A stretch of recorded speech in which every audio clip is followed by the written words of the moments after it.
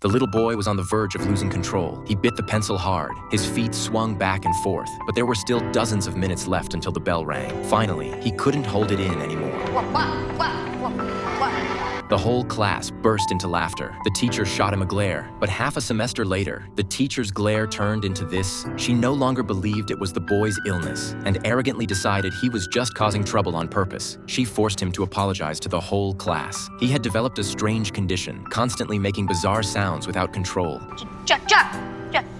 Since the beginning of school, the boy had been given various nicknames: dog, duck, pig, which were still somewhat bearable, but the worst ones were crazy and insane. These violent classmates bullied him. Even the teachers disliked him, often calling his mother, warning her that if she couldn't teach him properly, he would be expelled. In those days, there was no internet. The boy's family had no idea what was wrong with him. Not even psychologists could diagnose him. Fortunately, the boy had a wonderful mother. She believed her child wasn't misbehaving and took it upon herself to go to the library, reading book after book. Finally, after countless books, she discovered a term: Tourette syndrome. This was a condition where the brain sends wrong signals, causing uncontrollable body movements and sounds. Immediately, the mother took the boy to see a doctor, but when she learned that there was no cure for this condition, she broke down in tears. At that moment, the little boy ran up to comfort her, reassuring her with all the reliability a child could muster.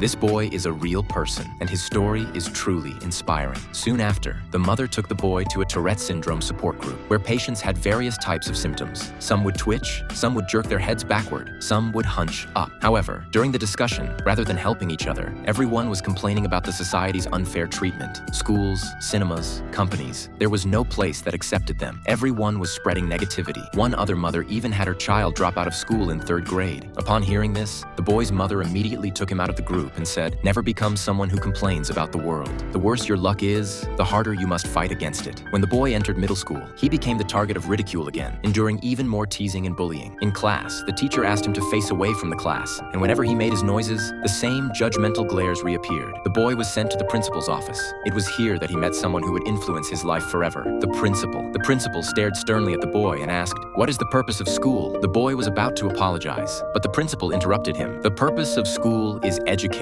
to replace ignorance with knowledge." Afterward, the principal arranged for the boy to participate in that day's school music concert. The boy was nervous. He had never dared to join such activities. Sure enough, at the concert, he made his usual sounds, distracting everyone from the music. Both students and teachers stared at him. Some laughed at him, others glared at him. The boy felt utterly embarrassed. After the concert ended, the principal stepped onto the stage and called the boy who had been making noises to come up. Under the watchful eyes of everyone, the boy had no choice but to go up. Whether it was a self-reflection or an apology, he was willing to do it. He was used to it. As he stood on stage, the principal began to ask, "Do you like causing trouble?" The boy answered, "No." The principal asked, "Then why do you keep making noises?" The boy replied, "Because I have Tourette syndrome." The principal asked, "What kind of disease is that?" The boy then explained to the whole school the mechanism and symptoms of the disease. The principal asked, "Can you control it?" The boy replied, "No, I can't, and there's no cure." Finally, the principal asked, "What can we do to help you?" The boy said, "I just want to be treated like a normal person." Afterward, the principal let him return to his seat. As the boy walked off the stage, the entire school spontaneously began clapping. Was it to comfort him